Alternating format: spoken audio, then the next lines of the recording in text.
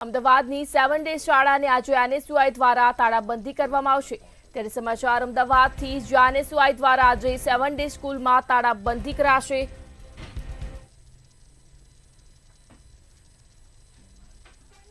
સ્થાનિકોની અટકાયત કરવામાં આવી છે।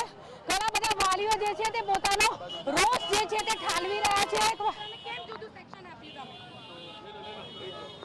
બેન, આટલી મોટી ઘટના સ્કૂલના પ્રીમિયર શું કહેવું તમે? નયન एक्चुअली અમારા સમાજનો છોકરો છે। અમે જ્યાં ડેરા પર સત્સંગમાં જઈએ છીએ ત્યાંનો છોકરો છે। એ છોકરો કદી કશું બોલતો બી નથી। એટલો સારો છોકરો છે ને, એના ઉપર બહુ ગલત કર્યું છે એ લોકોએ। આ સ્કૂલમાં બીજા પણ બહુ બધા ન્યુસન્સ હતા તેવું અત્યારે હાલ બીજા વાલીઓ અને વિદ્યાર્થીઓ પણ કહી રહ્યા છે। તમને બીજો કોઈ એવો કોઈ અનુભવ થયો કે તમારા વિદ્યાર્થી, તમારો જે બાળક છે એને કોઈ આવું કંઈ જણાવ્યું હોય? એમ મારા છોકરા માટે બી થયું હતું। મેં પ્રિન્સિપલને કીધું, પણ મારા છોકરાનું સેક્શન ચેન્જ કરી નાખ્યું। મેં એમને કીધું તમે આ ગલત કર્યું છે, તો મને જ કીધું કે ના, આવું જ થશે, તમારે ભણાવો તો ભણાવો। પણ મારી મજબૂરી હતી કે મારે નજીક સ્કૂલ હતી, પ્લસ હું સિંગલ મધર છું, તો એ રીતે મેં એના માટે મારા બાળકો માટે ક્લાસ ચેન્જ કરી નાખ્યું હતું। હવે તમારી શું માંગ છે?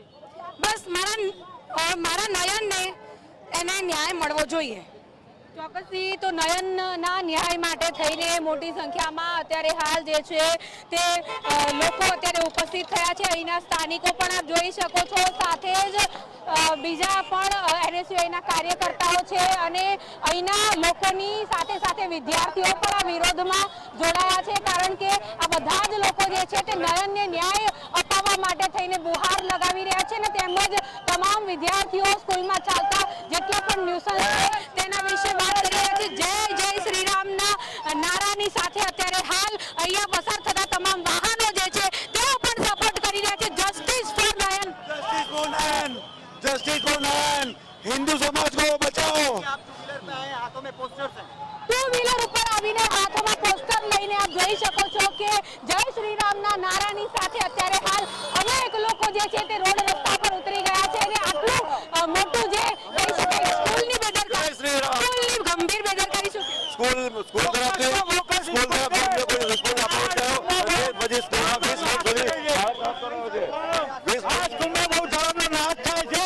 આ સ્કૂલ બંધ કરાવવાની છે। આ સ્કૂલ જોતી નથી, સનાતન ધર્મ મગાવે છે। જય શ્રી રામ, જય શ્રી રામ। અને આ સ્કૂલ જે છે તેના દ્વારા આજે ગંભીર બેદરકારી દાખવવામાં આવી, તેને લઈને અત્યારે હાલ ટુ વ્હીલર પર પણ લોકો જે છે તે ન્યાયની બુહાર લગાવતા જોવા મળી રહ્યા છે અને આખા રોડ ઉપર જ્યાં જુઓ ત્યાં ચક્કાજામના દ્રશ્ય છે।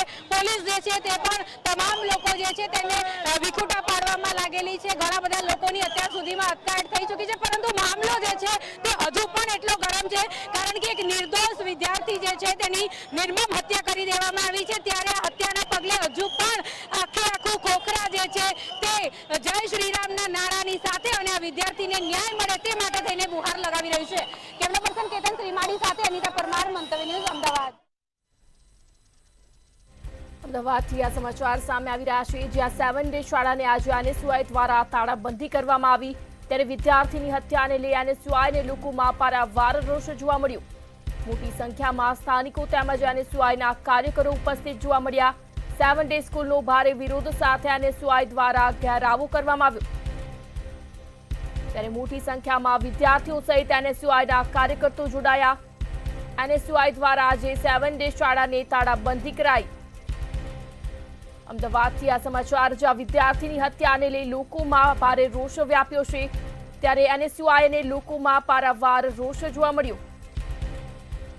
મોટી સંખ્યામાં સ્થાનિકો તેમજ એનએસયુઆઈના કાર્યકરો ઉપસ્થિત રહ્યા ત્યારે 7 ડે સ્કૂલનો ભારે વિરોધ સાથે એનએસયુઆઈ દ્વારા ઘેરાવો કરવામાં આવ્યો।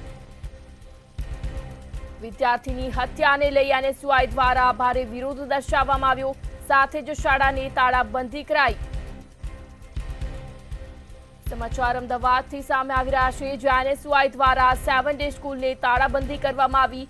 એક વિદ્યાર્થીની હત્યાને લઈ એનએસયુઆઈને લોકોમાં પારાવાર રોષ વ્યાપ્યો છે ત્યારે મોટી સંખ્યામાં સ્થાનિકો તેમજ એનએસયુઆઈના કાર્યકરો ઉપસ્થિત જોવા મળ્યા।